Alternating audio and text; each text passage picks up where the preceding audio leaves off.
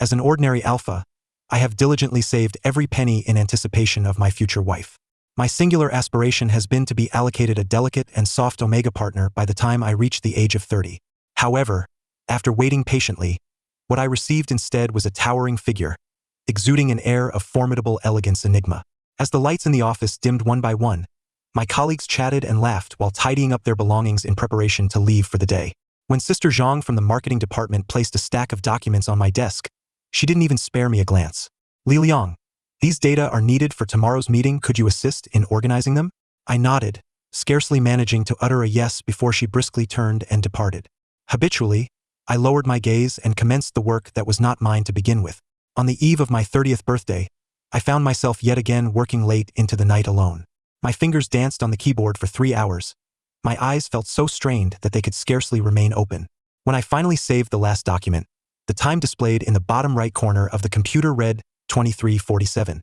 Almost forgot, I murmured to myself. Rubbing my temples, I retrieved a small box from my drawer. Inside lay a palm-sized cream cake purchased from a convenience store for a mere 15 yuan. It had been far too long, and the cream had melted into a mere semblance of its former self. With utmost care, I inserted a candle and ignited it with a lighter. The feeble flame flickered in the desolate office, casting light upon my exceedingly unremarkable face. Happy birthday to myself, I whispered, extinguishing the candle. As an alpha, I am perhaps the most unsuccessful of my kind. With an unremarkable appearance, an average physique, and a drab sense of style, I am so ordinary that I could easily vanish into a crowd. In this society that venerates assertive alphas, my gentle and unassuming nature leaves me largely overlooked by both alphas and omegas alike.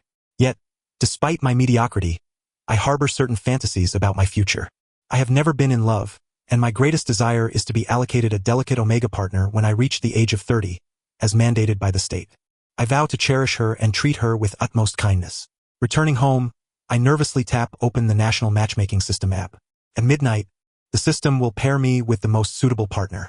It is said that a compatibility score exceeding 90 guarantees a profound pheromone connection that leads to instant attraction. Beep. Match successful. I hold my breath, staring at the message that pops up on the screen. Matched partner, Chris von Hohenheim. Pheromone compatibility. 98 Hohenheim? I nearly dropped my phone. The most esteemed noble family of the empire? My finger hovers hesitantly above the screen, uncertain whether to delve into the details. How could a common alpha like me possibly be worthy of someone from such lofty aristocracy? Surely, upon viewing my profile, they will immediately cancel the match. Just then, a message suddenly appears. Hello, I'm Chris. I'm so happy to be matched with you. My eyes widen. This lively tone and adorable emoticons suggest that they must be a sweet omega. Moreover, they seem quite pleased with me. My fingers tremble uncontrollably as it takes me 3 minutes to compose a complete response. Alu, im Liliang. It's an honor to be matched with you. No need to be so formal. The reply comes instantly. We will be the closest of companions from now on. Are you free to meet tomorrow? I know a fantastic restaurant. A warm surge fills my chest. It feels as though all the good fortune I have accumulated over 30 years has culminated in this moment. The restaurant we agreed to meet at is a budget chain, with an average expense of no more than 500 yuan per person. This both touches and pains me. The omega, hailing from noble lineage, is so considerate that they have chosen a place within my financial means. After work, I rummage through my savings, meticulously verifying the numbers. Over the years, I have managed to save 200,000 yuan, which, though not extravagant, is sufficient for a respectable wedding and a few lovely pieces of jewelry for my omega. My wardrobe consists of only 3 suits, the most expensive of which I purchased for 299 yuan during a year-end sale. I carefully iron it and dig out a deep blue tie, a promotional gift from the supermarket worth 199 yuan, which I have never worn. Lying in bed, I stare at the ceiling, unable to sleep. My mind is already envisioning Chris. A petite figure, soft chestnut curls, and an omega with dimples when they smile. We will have a cozy little home, and every morning, I will prepare breakfast for her.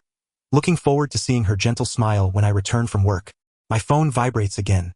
Can't sleep, so looking forward to our meeting tomorrow. Li Liang, what's your favorite color? My lips involuntarily curl into a smile. It seems my omega is just as excited and restless as I am. Blue. I reply and add, make sure to rest early. See you tomorrow. Got it. Good night. That night, I experienced the sweetest dreams of my 30 years. I stand before the restroom mirror in the restaurant, adjusting my tie for the 3rd time. The The fabric of my inexpensive suit feels coarse and rigid against the back of my neck, causing an uncomfortable sensation. The man in the mirror appears pale, with dark circles under his eyes. Calm down, Li Liang, I murmur to my reflection. It's just a date. The cold water from the faucet splashes against my face, soothing my frayed nerves. I arrived an hour early to allow myself ample time to collect my thoughts. The restaurant staff leads me to a windowside table. It is peak dining time, and the surrounding tables soon fill with patrons.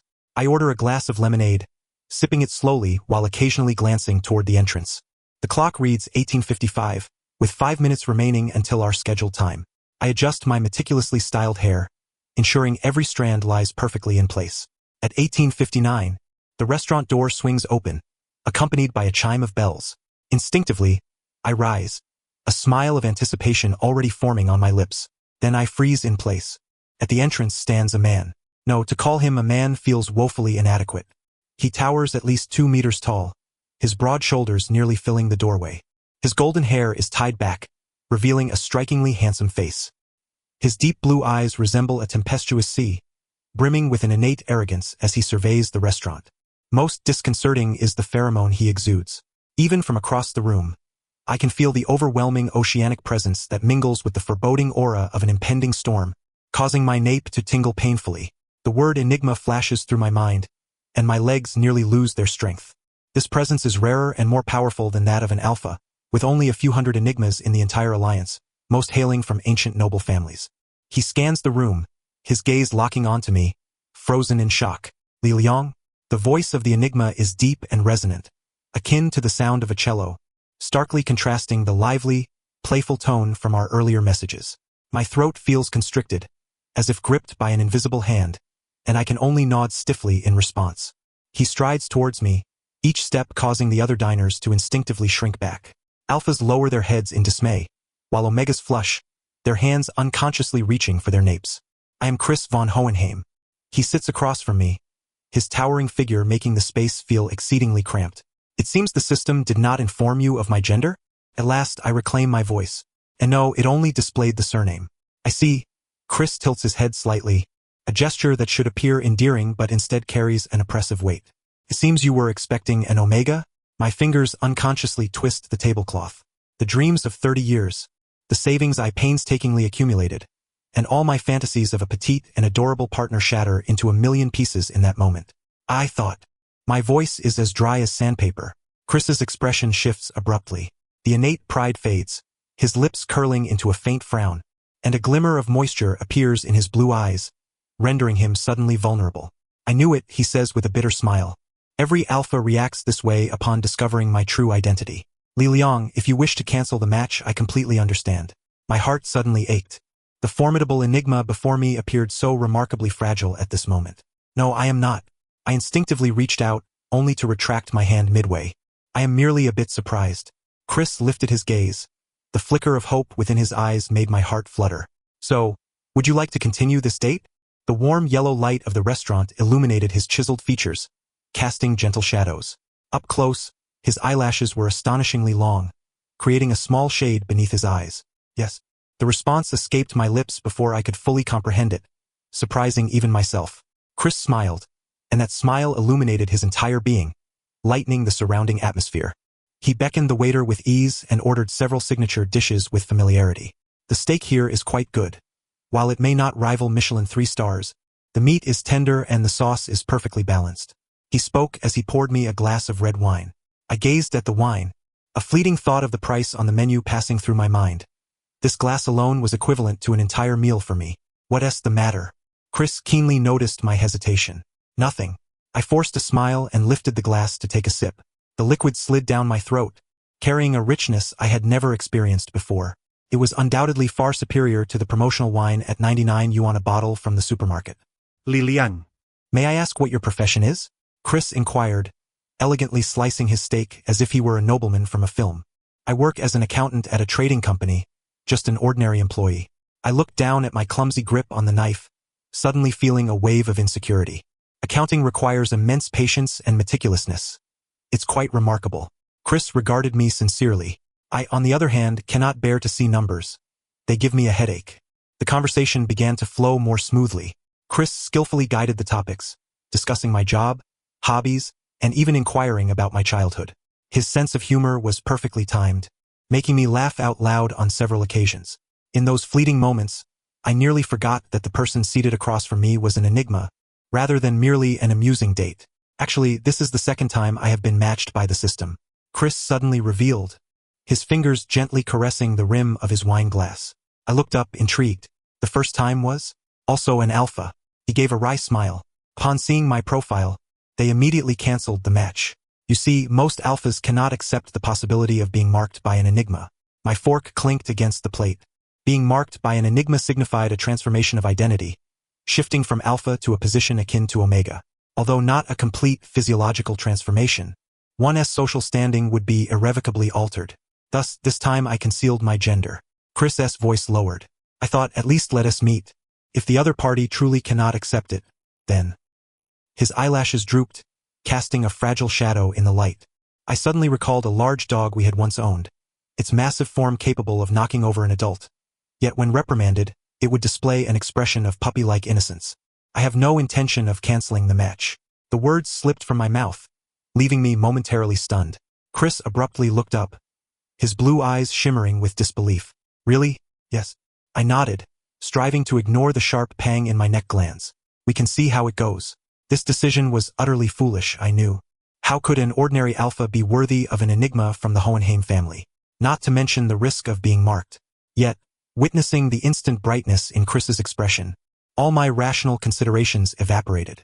The dinner concluded in an oddly harmonious atmosphere. Chris insisted on paying the bill, despite my repeated insistence on splitting it. Next time, it's your turn, he said with a smile, that bright and beautiful smile causing my heart to skip a beat. As we exited the restaurant, the night breeze caressed my flushed cheeks.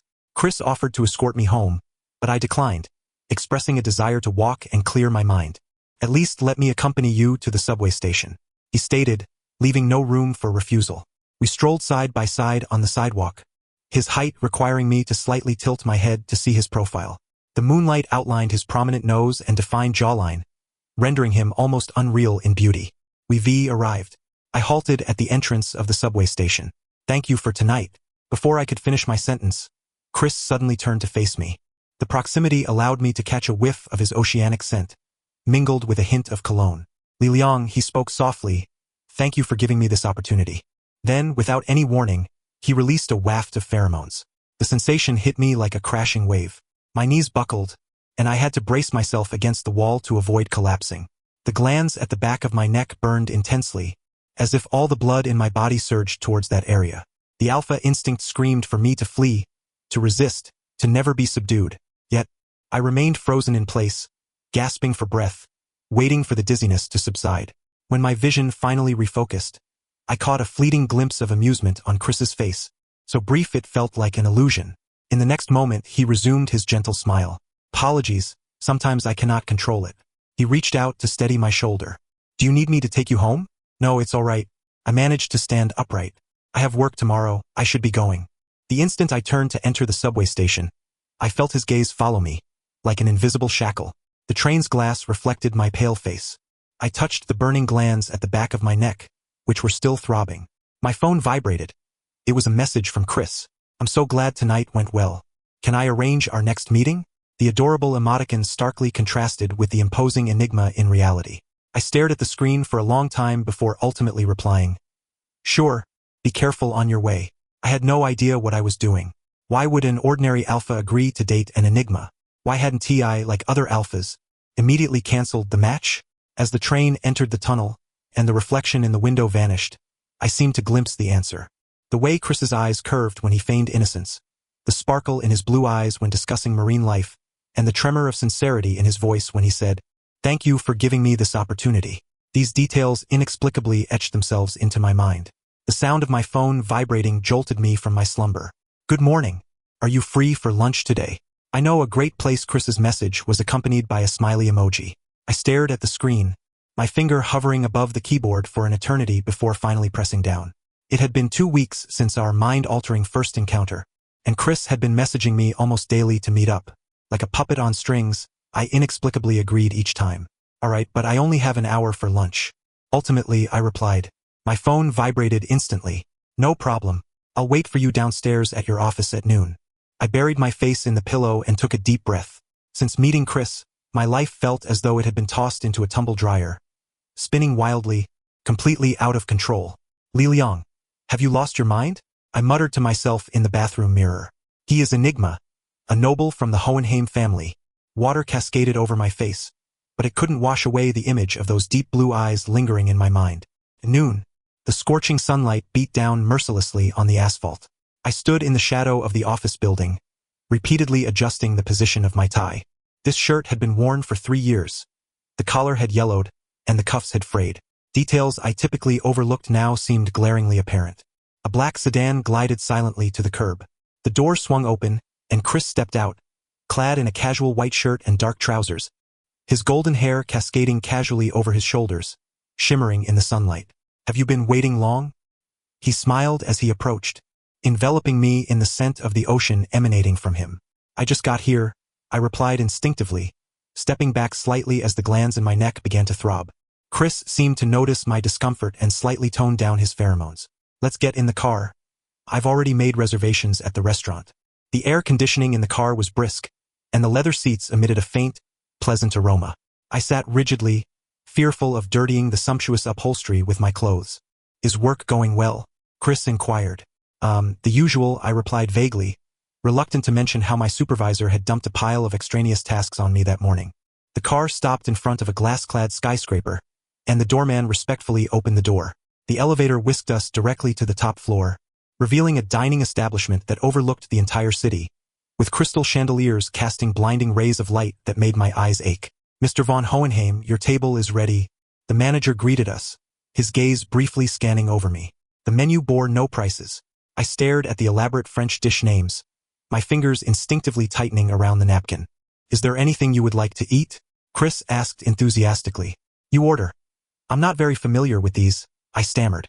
Chris nodded and fluently relayed several dish names to the waiter, including a bottle of wine. Once the waiter departed, he suddenly leaned forward. Li Liang, are you worried about the prices? My ears flushed instantly. No, today it's on me, Chris smiled. Consider it a celebration of our 2-week acquaintance. Dishes arrived one after another, each plate more exquisite than the last, yet the portions were pitifully small. I cautiously used the silverware, afraid of making any unsightly sounds. Chris, however, dined with ease, occasionally commenting on the origins of the ingredients and the cooking methods. Try this. He suddenly cut a piece of steak and held it to my mouth. I froze. The gesture felt overly intimate, and curious glances from nearby patrons fell upon us. Yet to refuse would seem ungrateful, so I leaned slightly forward and took the meat in my mouth. Chris's eyes lit up, as if he had received a reward. The beef was indeed delectable, melting in my mouth, yet I could scarcely savor the flavor, my attention wholly consumed by the silver fork that had just touched Chris's lips. When the time to settle the bill arrived, the waiter respectfully presented a black card. I caught a glimpse of the figure on the bill, nearly sliding off my chair. It equated to 3 months' worth of my salary. Do you like it here? Chris asked as we exited the restaurant. The food was delicious, but it's just too expensive. I replied candidly. We really didn't need to come to such an upscale place. Chris raised an eyebrow. What do you usually have for lunch? The company cafeteria or convenience store rice balls, I said, glancing at my watch. It's almost 1. I have to hurry back. I'll take you, he offered. No need. I quickly waved him off. It's not far from here. I can take the subway. Chris's expression suddenly morphed into one of curiosity. The subway? Yeah, it's very convenient. Just 3 stops. I pointed toward the nearby entrance. Do you want to give it a try? I swore I was merely making conversation, yet Chris's eyes sparkled with interest. Sure. Thus, the heir of the Hohenheim family, one of the most esteemed enigmas of the entire alliance, followed me into the already crowded subway car during the afternoon rush hour. This is how you swipe the card, I demonstrated, and Chris earnestly mimicked my actions, though his clumsiness was endearing. As the car filled with passengers, Chris had to bow his head to avoid hitting the ceiling. Although he had effectively contained his pheromones, his striking appearance still attracted considerable attention. A young Omega girl even blushed and discreetly snapped a photo. Do you frequently take the subway? Chris whispered in my ear, his warm breath tickling the edge of my ear. Every day for work. I tried to ignore the tingling sensation. It's quite convenient and saves money. Chris nodded thoughtfully. As we exited, he almost got his clothes caught in the turnstile, and I hurried to pull him back. The moment my fingers brushed against his wrist, A jolt of electricity surged through my fingertips, prompting me to immediately release my grip. Thank you, Chris smiled. Can we meet again tomorrow? I want to try those convenience store rice balls you mentioned. Thus, Chris began to frequent my life more and more. Sometimes our lunches were at upscale restaurants. Other times at ordinary fast food joints. Strangely, he seemed increasingly fascinated by commoner life, even insisting I take him to supermarkets to purchase discounted items. This is really only 99 yuan. Chris marveled at a pack of promotional tissues.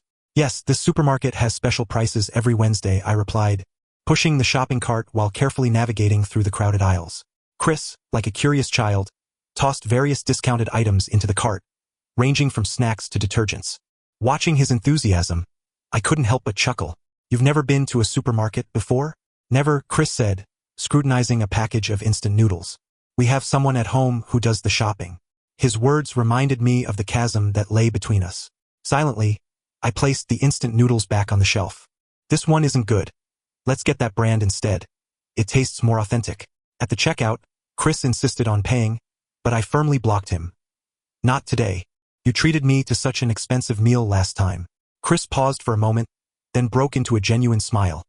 All right, that evening, he sent me a photo of his prepared instant noodles, accompanied by ham and a fried egg. The caption read, "Better than a Michelin 3-star meal." I gazed at my phone, a smile unconsciously creeping onto my lips. Changes began to unfold in the 4th week of my acquaintance with Chris. That morning, upon my arrival at the office, I was summoned into my supervisor's office. "Li Liang, please take a seat." The supervisor was unusually cordial, even going so far as to pour me a cup of tea himself. "I hear you have connections with the Hohenheim family?" I nearly toppled the teacup in my hand. "How did you know?" Such matters are difficult to conceal." The supervisor rubbed his hands together. "You see, our company is currently engaged in a project that requires collaboration with the shipping company under the Hohenheim family. Would you be able to facilitate an introduction?" As I exited the office, I felt a cold sweat saturating my back. The glances from my colleagues had shifted. Some were curious, others were sycophantic, and a few female coworkers, who usually offloaded their tasks onto me, were now proactively preparing coffee for me. At noon, Chris was, as usual, waiting for me downstairs. As I settled into the car, I could not contain my inquiries. "Did you do something?" Chris feigned innocence. The supervisor was particularly affable today and mentioned wanting to meet someone from the Hohenheim family. I clenched my fists. "Chris, please refrain from interfering with my work." The look on Chris's face shifted from surprise to understanding. "I merely had someone make a casual introduction, stating that you are my friend." He paused. "Have they been bullying you before?" "That is irrelevant." I took a deep breath. "I do not require any special treatment. I am merely an ordinary employee, striving to make my way through hard work." The air in the car grew thick with tension. Chris regarded me quietly, his blue eyes inscrutable. I braced myself for mockery or anger, as it was likely that a nobleman had never been challenged in such a manner. To my surprise, Chris nodded. "I apologize. I did not consider this thoroughly. It will not happen again." His reaction left my prepared speech lodged in my throat. However, Chris suddenly leaned in, close enough for me to count his eyelashes. "You must promise me one thing." What is it?" "Come to my house for dinner tonight." He flashed that smile, one I found impossible to decline. "I assure you I won't hire a chef. It will just be the two of us, and I will cook for you." "You can cook?" I exclaimed, my eyes widening in astonishment. "No," Chris declared, unabashed, "which is precisely why you must teach me." And thus we reached an unusual agreement. That evening, in the absurdly large kitchen of the Hohenheim residence, I guided Chris step by step in chopping vegetables and cooking rice. He was earnest in his learning, though his knife skills were abysmal, and the rice was undercooked. Miraculously, the stir-fried vegetables turned out surprisingly edible. "Not bad, right?" Chris beamed as he placed a portion into my bowl. Delicious." I nodded, feeling an inexplicable softness within me. When my phone rang at 3 in the morning, I was dreaming of plummeting into the sea. The briny water filled my nostrils, and the sensation of suffocation was terrifyingly vivid. "Hello?" I mumbled, fumbling to answer the call, my voice hoarse. "Li Liang." Chris's weak voice came through the receiver, interspersed with heavy gasps. "Help me." I jolted awake, sitting upright. "Chris? What happened?" "The sensitivity period has come early." His voice was fragmented, as though he was enduring immense pain. "The suppressants are ineffective. The sensitivity period of an Enigma is said to be more ferocious than that of an alpha." with the potential to affect omegas within a several-kilometer radius. I am on my way. I leapt from my bed, hastily throwing on some clothes. Hang in there. It was only after hanging up that I realized the gravity of what I had agreed to. An alpha approaching an enigma in their sensitivity phase was akin to a sheep wandering into a wolf's den. Yet, the sound of Chris's pained gasps left me no alternative. The streets were deserted in the dead of night. I hailed a taxi and relayed Chris's apartment address. As I approached the building, an unsettling atmosphere enveloped me. The air was thick with an elusive scent of the ocean, intensifying as I neared the apartment. Chaos reigned outside the building. Several Omega residents sat in the lobby, flushed and panting while medical personnel attended to them. Security guards attempted to maintain order, their foreheads slick with perspiration. "Sir, you cannot enter." A guard stopped me. "There is an enigma experiencing sensitivity. We are evacuating residents." "I am his matching partner," I asserted, showing them a photo of Chris on my phone. "He is on the top floor and needs assistance." After a moment's hesitation, the guard relented. "The elevator is out. You will have to use the fire escape." Halfway up the 20 flights of stairs, my legs began to tremble. It was not fatigue, but rather the mounting pressure of the overwhelming pheromones. Chris's oceanic scent crashed over me like tangible waves, relentlessly battering against my glands. The instinct of an alpha screamed at me to flee, yet I gritted my teeth and pressed on. The corridor on the top floor was deserted. All residents had evidently evacuated. The door to Chris's apartment stood ajar, and as I pushed it open, I was immediately engulfed by a wave of pheromones that nearly knocked me off my feet. "Chris," I called out, my voice swallowed by my own labored breathing. The apartment was shrouded in darkness, save for faint moans emanating from the direction of the bedroom. I groped along the wall, each step feeling like a battle against a tempest. The bedroom door was half open. By the light of the moon, I saw Chris curled in the center of the bed, his tall frame appearing alarmingly fragile. He was drenched in sweat, his golden hair matted against his face, hands gripping the sheets with knuckles turned white. "Chris," I approached cautiously. He abruptly lifted his head, his blue eyes glinting with a feral intensity in the darkness. Upon recognizing me, that ferocity softened slightly, though his body remained taut as a bowstring. Scattered across the nightstand were several empty suppressor syringes. I picked one up. It was the strongest type, yet clearly ineffective against the sensitivity of an enigma. "How can I help you?" I inquired, though I knew the answer all too well. Chris shut his eyes in agony. "Leave. I might hurt you." A more potent wave of pheromones surged forth, and my knees buckled, nearly sending me to the ground. The glands at the back of my neck burned painfully as if all my blood were rushing to that spot. The instincts of an alpha roared within me, proclaiming this as perilous, humiliating, and utterly unacceptable. Yet, seeing Chris in such torment solidified my resolve. "Mark me." My voice emerged with a strength I had not anticipated. Chris's eyes widened. "Do you understand what you're saying?" "I do." I turned, lifting my hair to reveal the feverish gland at the nape of my neck. "Go ahead, before I change my mind." The mattress dipped as Chris's breath drew near from behind. His warm breath fanned across my gland, igniting a shiver within me. I closed my eyes, bracing for the pain. "Are you certain?" Chris's voice was low and gravelly. "It's only temporary, is it not?" I attempted to sound nonchalant. "It will fade in a month." Chris did not respond. In the next moment, his sharp canines pierced my gland, and I arched my back in pain, fingers clutching the sheets tightly. The pheromones of an enigma surged through my veins like a tsunami, washing over every nerve. I have never experienced such a sensation, both agonizing and delightful, simultaneously instilling fear yet offering solace. It felt akin to being swept away by a colossal wave into the abyss, only to discover, just before succumbing to suffocation, that I could breathe beneath the surface. Time became an abstract concept as Chris released his grip, gently licking the bloodied bite mark. His arm encircled my waist, drawing me into his embrace. My back pressed against his searing chest. I could feel his heartbeat gradually steadying. "Thank you," he whispered in my ear, his voice imbued with an unprecedented softness. I was too weary to respond. The pheromones of Enigma coursed through my veins, bestowing an odd sense of tranquility. My eyelids grew heavier, and ultimately, I succumbed to unconsciousness in Chris's arms. The sun filtered through the curtains, casting a gentle glow upon my face as I stirred awake, only to find myself alone in Chris's bed. The bedroom door was shut, and muffled voices drifted from outside. I attempted to sit up, but my entire body ached as if trampled by a truck. The bite mark on the nape of my neck throbbed, a vivid reminder of the events of the previous night. "It's all handled," The media won't report on it. I faintly heard Chris's voice. Young master, you took too great a risk. A stranger's voice interjected. What if that alpha loses control? He won't. Chris's tone grew frigid. Li Liang is not like the others. But he is a civilian, if the master learns you are involved with an ordinary alpha. Enough, Chris interrupted sharply, this matter ends here. I quietly retreated back into bed, feigning sleep. Minutes later, Chris entered the room, and upon seeing me awake, his face broke into a radiant smile. How do you feel? He sat at the edge of the bed, his fingers delicately tracing the mark on my nape, his demeanor a stark contrast to the previous night. I'm all right, I replied, trying to move my shoulders. Just a bit sore. Chris poured a glass of water and handed it to me. I apologize. I didn't anticipate the sensitivity phase would arrive early. The doctor mentioned it was due to recent emotional fluctuations. Doctor? I recalled the conversation I had overheard.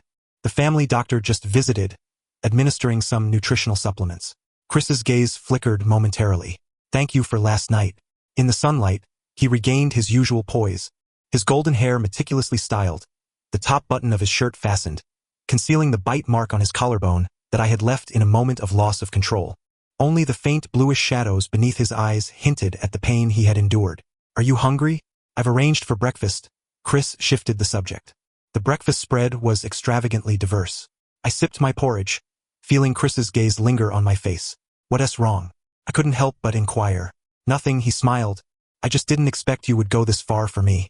I lowered my gaze to the bowl of porridge. Anyone would help if they were in my position. No, they wouldn't, Chris's voice softened. Most alphas would rather watch me suffer than allow themselves to be marked by Enigma, even temporarily. I found myself at a loss for words. He was right. The pride of an alpha runs deep, and being marked by Enigma signifies a degradation of status, a profound humiliation. Yet, witnessing Chris's anguish last night rendered such pride utterly meaningless. You shouldn't go to work today, Chris insisted, offering me a slice of jam-covered bread. I've already requested a leave for you. You contacted my company? I furrowed my brow. I merely sent an email, Chris shrugged, stating you were unwell. I set down my fork. Chris, I don't require such special treatment. This isn't special treatment, it's simply. He hesitated, I care about you. Thank you, but I prefer to handle these matters myself. I endeavored to keep my tone steady. Chris narrowed his eyes. Are you angry? Why? I'm not angry. I inhaled deeply. I just don't want to owe you too much. Owe me? Chris's expression turned peculiar. Li Liang, you saved me last night. It is I who should owe you. The argument did not continue as Chris's phone suddenly rang. He glanced at the screen, his brow furrowing. I must take this call. He moved to the far end of the balcony to speak. His voice hushed, but I still caught snippets. Acquisition, contract, this afternoon. Upon concluding the call, Chris returned to the dining table, his expression tinged with guilt. I apologize. There are urgent matters at the company that require my attention. You should rest here today. I will return to take you out for dinner. No, I wish to go home. I stood abruptly, a sudden desire for solitude overwhelming me. What about my clothes? They've been sent for cleaning. Chris gestured towards the wardrobe. Can I wear yours? The sensation of donning Chris's shirt felt peculiar. The fabric still bore his pheromones. The sleeves extended too far, the hem nearly obscuring my thighs. In the mirror, I resembled a child who had pilfered an adult's attire, the conspicuous mark on my neck signaling ownership. Chris personally drove me home. Along the way, he attempted to speak several times but ultimately resorted to playing music. At the foot of my apartment building, he suddenly grasped my wrist. Li Liang, about last night. It was merely a special circumstance. I understand. I interjected swiftly. It wasn't meant to be taken seriously. Chris's expression faltered. That is not what I meant. I know, I managed a strained smile. Thank you for bringing me back. In the ensuing fortnight, Chris's pheromone mark gradually faded. Yet our relationship underwent a subtle transformation. Simultaneously, the atmosphere at the company grew increasingly peculiar. My supervisor ceased assigning me extra tasks, and my colleagues regarded me with a sense of reverence. Even the company president paused to exchange pleasantries with me in the corridor on one occasion. I was acutely aware that this was all due to Chris, which caused a weight to settle uncomfortably upon my chest. One Friday afternoon, I inadvertently overheard a conversation between two colleagues in the printing room. Have you heard? The acquisition of the company fell through all because of that Li Liang. Is that true? Isn't he just a minor accountant? His boyfriend is the heir of the Hohenheim family. I heard that the representative from the acquiring party treated Li Liang poorly, and the very next day, The entire acquisition plan was halted. The documents in my hands scattered to the floor. The two colleagues fell silent, their expressions awkward, and hurriedly departed. After work, Chris awaited me as usual at our designated spot. I silently entered the car, and he immediately sensed something was off. "What's wrong? Did you intervene in the acquisition?" I asked bluntly. Chris tapped his fingers on the steering wheel. "Who told you?" "So it's true." The oppressive sensation in my chest intensified. "Chris, I do not need you to do this. I simply do not want to see you being bullied." His voice turned cold. "That does not matter." I raised my voice. "This is my job, my life. I do not need you to solve every problem like a guardian angel." The air within the car became charged with tension. Chris's expression morphed into something unfamiliar, his blue eyes glinting with a dangerous light. "Do you know how many people would beg for the protection of the Hohenheim family? I am not one of those people." I inhaled deeply. "Chris, what I cherish is the essence of who you are, not your surname or privileges." Chris was momentarily taken aback, seemingly unprepared for such a confession. His expression gradually softened. "Li Liang, please take me home." I leaned wearily against the seat. "I need time to reflect." The car glided towards my apartment in silence. Upon halting, Chris suddenly grasped my hand. "I apologize. You were right. I should not have interfered with your career." I was astonished by his concession. It was not something the proud Enigma would typically do. "But there is one thing you must understand." Chris leaned closer, the scent of the ocean enveloping me gently. "I am serious about you, Li Liang. This is not a mere fling." His lips brushed against mine, tender yet resolute. The kiss bore no carnal desire, but rather felt like a promise. On Monday morning, I entered the company building, my dark circles betraying a sleepless weekend spent contemplating my relationship with Chris. "Li Liang," the receptionist called out to me. "A gentleman just left this for you." She handed me an exquisite black envelope, the golden Hohenheim family crest shimmering under the light. As my fingers grazed the envelope, the receptionist's eyes sparkled with curiosity. "Thank you." I quickly stuffed the envelope into my briefcase and hurried towards the elevator. In the restroom stall, I cautiously opened the envelope. Inside lay only a note and a check. The neat, austere handwriting on the note read, "Mr. Li, thank you for accompanying Chris during this time. The enclosed amount should suffice to compensate for your time and other losses. The future heir of the Hohenheim family requires a partner of equal standing. I trust you understand my meaning. LV Hohenheim." My breath caught at the figure on the check, my fingers trembling uncontrollably, creasing the edges. It dawned on me that in Chris's father's eyes, I was merely a plaything to be bought off. My phone vibrated in my pocket. It was a message from Chris. "Are you free for lunch today? I want to see you." I stared at the screen, a heavy stone pressing against my chest. How should I respond? Should I tell him I received his father's settlement? Or should I pretend nothing had happened and continue this doomed affair? In the end, I replied with a single word: busy. Over the next 3 days, I declined all of Chris's invitations under the pretext of work. His messages transitioned from confusion to concern, ultimately morphing into urgency. "Li Liang, is something wrong? Why aren't you responding? I'm coming to your place. We need to talk." By the time I read the last message, I was in my apartment packing up all the things Chris had given me. Each item bore memories, now meticulously placed in a cardboard box, ready to be returned.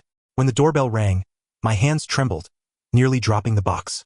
Chris stood outside, his golden hair damp from the rain, anxiety etched in his blue eyes. "What on earth is going on?" he asked directly, his voice laced with a desperation I had never heard before. "Why haven't you been answering my calls?" I stepped aside to let him in, gesturing towards the cardboard box on the coffee table. "These are your belongings." And I retrieved the check from my wallet. "This is for your father." Chris's expression shifted from confusion to shock, ultimately freezing into a chilling calm. He picked up the check, glancing at the signature on the back, his lips twitching slightly. "My father has contacted you." I forced myself to meet his gaze. He made it abundantly clear that the heir of the Hohenheim family requires a partner of equal status. "So you obediently complied?" Chris's voice suddenly sharpened. "You didn't even put up a fight?" His words pierced me. What else could I do? I'm just an ordinary alpha, lacking family background, social standing, and even my savings are a mere 200,000. What can I offer you? Can you envision a future for us? Chris abruptly seized my wrist, his grip firm enough to make me wince. "Do you think I care about that?" "Of course you don't." I broke free from his grasp. "Because you've had everything since birth. But I am different, Chris. Every time I step into those upscale restaurants, every time I feel the stares of others, Every time I realize the chasm between us, I feel like a fool. Chris stood frozen, as if stunned by my outburst. Rainwater dripped from his hair, pooling on the wooden floor. So this is your answer, he said softly, the hurt in his voice twisting my heart. You choose to run away out of fear. It's not fear, it's clarity. I clenched my fists, my nails digging into my palms. We are from entirely different worlds, Chris. So what? Chris's voice suddenly rose. I can give up all of it. Family, title, wealth, if they hinder us, I'd rather not have any of it. I stared at him in disbelief. Do you even realize what you're saying? Absolutely. Chris stepped closer, cupping my face in his hands, compelling me to look at him. Li Liang, you are the first person I have ever truly liked. Do you think I would let you go so easily? His thumb brushed my tear-streaked eye, and only then did I realize I was crying. All the long-buried insecurities, fears, and reluctance surged forth as scalding tears. I can't even buy you a decent gift. I choked out. Chris laughed, a gentle smile that shattered my heart. Who cares about that? His forehead rested against mine. Li Liang, what I desire is you, not what you can provide. I opened my mouth, but no sound emerged. Give me a week. Chris spoke softly. If after a week you still choose to end this, I will never disturb you again. He released me, picked up the box filled with his gifts, glanced back at me one last time, and departed. The moment the door closed, I collapsed onto the floor, tears blurring my vision. In the following week, Chris indeed kept his word, refraining from sending any messages. The office gossip concerning me gradually subsided, and life seemed to revert to its mundane state before I met him. Tranquil, monotonous, and safe. Yet each night in bed, I found myself unconsciously glancing at my phone. Whenever I passed by our favorite restaurant, my steps would involuntarily slow. Even the faint scent of the ocean would evoke a dull ache at the now faded mark on my neck. On the 7th night, I could no longer resist visiting the supermarket where I had taken Chris. Standing before the instant noodle shelf, memories surged forth. He had compared different flavors like an inquisitive child, almost dropping them all in his excitement. Need help? A familiar voice broke through my reverie, prompting me to whirl around, nearly colliding with a shopping cart. The person pushing the cart was a young man donning a baseball cap pulled low, but the glint of golden hair and that unmistakable scent of the ocean gave him away. Chris. I could hardly believe my eyes. What are you doing here? He lifted his head, a mischievous glimmer in his blue eyes. Just buying instant noodles. But with so many choices, I could use an expert's guidance. Only then did I notice his attire. Ordinary jeans, white sneakers, a cartoon-printed t-shirt, and his signature golden hair casually tied into a ponytail. Devoid of any innate aristocratic aura, he appeared merely as a handsome, ordinary young man. Your attire, I stammered. Do you like it? Chris twirled around. All from budget brands. I spent less than 500. He lowered his voice. Honestly, it's far more comfortable than I anticipated. I found myself at a loss, torn between laughter and tears. What exactly are you doing? Proving a point. Chris picked up 2 packets of instant noodles, his expression turning serious. Li Liang. This week I moved out of the family apartment and rented a small place in the south of the city. I found a regular job. I learned to navigate the subway, use a washing machine, and haggle at the market. He paused. I want you to understand that without the Hohenheim surname, I am still me. My heart raced. Does your father know? He does. Chris's smile waned slightly. He was furious and revoked all my privileges in the family business, freezing most of my accounts. He shrugged nonchalantly. To be honest, it feels like a burden has been lifted. I gazed at him in shock. Why go to such lengths? I whispered. Chris took my hand. Because I want to pursue you on equal footing. The fluorescent lights of the supermarket illuminated his face, his blue eyes shining brighter than ever. How big is your little place? I heard myself ask. Chris's eyes lit up. A 1-bedroom with a bathroom so tiny you can't turn around, and the kitchen is only half the size of yours. He leaned in closer, his voice laced with hope. But the balcony faces south, and it gets plenty of sunlight. That sounds lovely, I replied, struggling to suppress the smile tugging at my lips. Would you like to see it? Chris blinked. I bought a new sofa, though it can't compare to the comfort of yours. I could no longer contain my laughter. Are you inviting me to your home? I am inviting you to consider a possibility. Chris's expression grew earnest. Li Liang, I don't expect you to decide right away. But at the very least, grant us a chance. Starting from scratch, treating each other as equals, and seeing how far we can go. The supermarket's intercom was broadcasting promotional messages. Shopping carts wheeled by, and someone was complaining about the sale eggs being sold out. Amidst such an utterly mundane scene, I made the most extraordinary decision of my life. Let's go see that balcony now, I said. Chris's small apartment was located in an ordinary community in the south of the city, indeed as he described, small yet cozy. The living room housed a second-hand sofa, and a few replica paintings adorned the walls, while the kitchen countertop boasted a tiny pot of succulent plants. I've been taking care of it, Chris proudly declared. It has survived for 3 days. I couldn't help but laugh. Impressive, young master. Don't call me that, Chris grimaced playfully.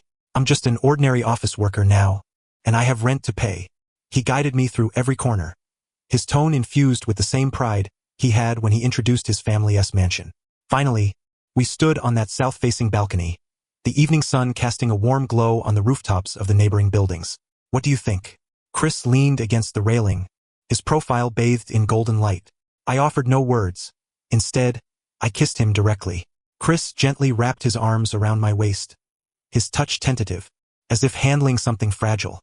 When we parted, the glimmer in his blue eyes held a light I dared not name. Does this count as consent? He asked softly. It signifies giving each other a chance, I corrected, though my lips betrayed me with a smile. But I must warn you, civilian life is not as romantic as you might envision. Rent will rise, neighbors will quarrel, and washing machines have a tendency to swallow coins. That sounds absolutely perfect, Chris interrupted with a grin. Especially if you're there too. The end. Thank you for listening. We shall meet again in the next story.